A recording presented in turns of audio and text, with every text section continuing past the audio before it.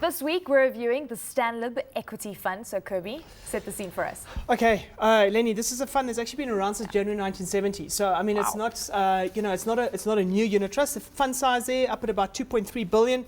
Total expense ratio of 1.23%, and we're looking at numbers up to the end of July.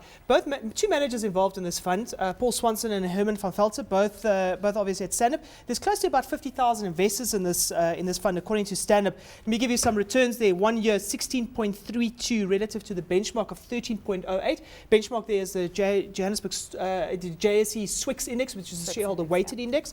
3 years, 1.67 versus 8.25, and then over 5 years, 6.85 versus 11.46. You don't have the since inception numbers, do you? No, I don't have since inception numbers. That would be interesting. That'll be interesting. Maybe we'll put that on the new website for the fund, which has gone live this week. Let me take you through what those numbers look like.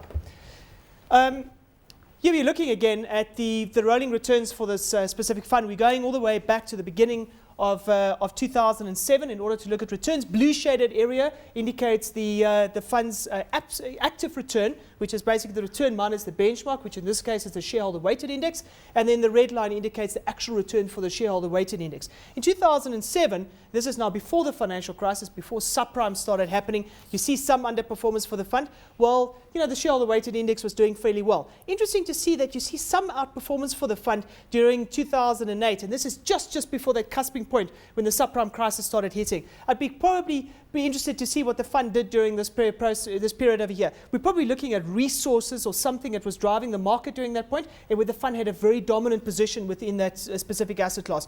And then as the subprime crisis hit, you see major underperformance for that fund, which has actually been dominating this fund all along, a slight outperformance that we started seeing very recently for this fund. And that's despite the fact that the shareholder weighted index has recuperated some of its losses. Eleni, back to you. Okay.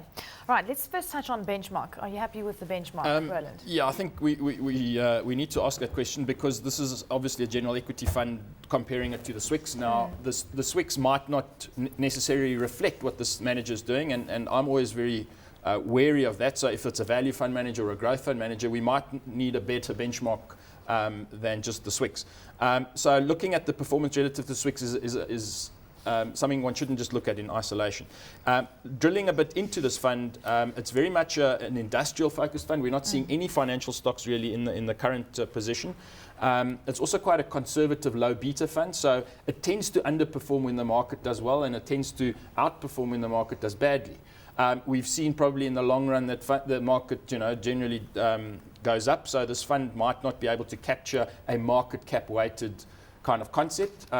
So I wouldn't necessarily use this benchmark. Strong holdings, I mean, BTI making up 9.5%, MTN 7, almost 8%, and BHP around 6%. So those sort of safer stocks. They're big blue chip stocks, that's correct. But you notice that there isn't one financial stock in the holdings there. Recently, they've got quite a big position in life healthcare. That stock has done really well, so I think that's helping them. Their BHP position and Sasol position has probably hurt them in the recent few months because they are, I think they underweight those shares. Oil and gas underweight those shares. Yeah, but oil and gas makes MTN up is 9% of the index, believe it or not. So they are actually, with a 7% weighting, they are underweight MTN. So MTN has underperformed, and that's obviously worked in their favour. Cobie, all right, so I mean, do you agree with Roland there that the benchmark is not exactly what it should be? It's interesting that they have chosen it. And I think the interesting thing as well is if you look at the fund, it was what they describe as style agnostic. So it's neither value or momentum or growth for that matter. So it's somewhere in between with a tracking error of between 3 and 5%. So it's kind of one of those house view portfolios that you kind of see right across kind of all the big life companies. And I mean, this is a dedicated asset manager, but they're kind of large. They're supposed to kind of form like a core type of holding inside a portfolio with some form of active stock picking. And you see that critically kind of happening over here. Trying to overweight resources.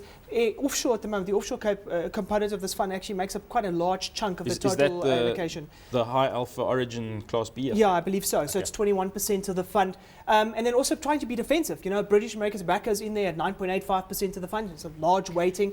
And then trying to buy kind of diversified miners, trying to kind of flip those into the portfolio. What do you think about New Gold? Because this is a fund that holds 3% holding in New Gold. In physical gold. Yeah, I mean, you know what my feelings are about gold. But you actually got the bull market wrong, and you didn't read into it, and you've actually missed out on a fantastic rally. Absolutely not. Absolutely not. If anybody can show me the valuation basis for gold, I'm quite happy to own it. But it's the kind of P's that you buy in gold companies, all physical gold for that matter, if you can value it, it becomes quite difficult. I mean, look, just to be fair against the fund here, okay? I mean, it's only a 3.8% holding, so it's not like it's a massive holding in gold. And Roland, I mean, actually reiterated the point that no financial stocks here, no financial exposure. Does that concern you? Well, would you financials are like cheap. to see financials right now? Well, again, remember that this will drive tracking error at the end of the day. So if you're buying the diversified miners, I agree about that from a valuation perspective. I think diversified miners are pretty cheap. You're also getting a rand hedge as far as that's concerned. Also, if you're going to have problems in globally on the financial kind of in the financial space, you're not going to necessarily be exposed to that. So that's what I'm saying. This is a core fund that you want to use in a core capability. It's got a limited tracking error, but you're going to get some form of alpha if they get the stock picks right. So interesting. I mean, MTN and Vodacom. The holding of Vodacom around 3%. So this is an industrial fund. If you correlated this to the industrial index, you get a very high correlation. So do you think that should be the benchmark then? I think if that's what they're doing, then they should be compared to that. But I don't know if this is just a recent phenomenon. In other words, have they only recently gone very heavily into industrials? But the risks clearly in this fund are if resources do well, that the fund is going to BHP and Sasol essentially is going to do well. But if the financial sector does well, this fund is going to lose. Yeah, but, if you look at the track record of the fund, I mean, 1970. So, back then there was no Swex, there was Aussie.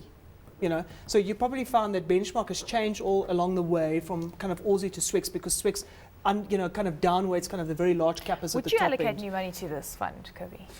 As a core fund, if you've got very active satellites and you can understand what drives this fund, and the kind of returns and market cycles which drive this fund, which in my opinion, if you just look at the kind of the numbers we've looked at, it's kind of late cycle bull market type returns.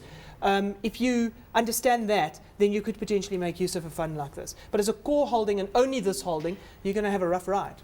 Fantastic. Run very quickly, yes or no? Would you hold It's got to be your view on industrials. If you think industrials are going to win, this fund is going to shoot the lights out. If industrials do badly, you stay away.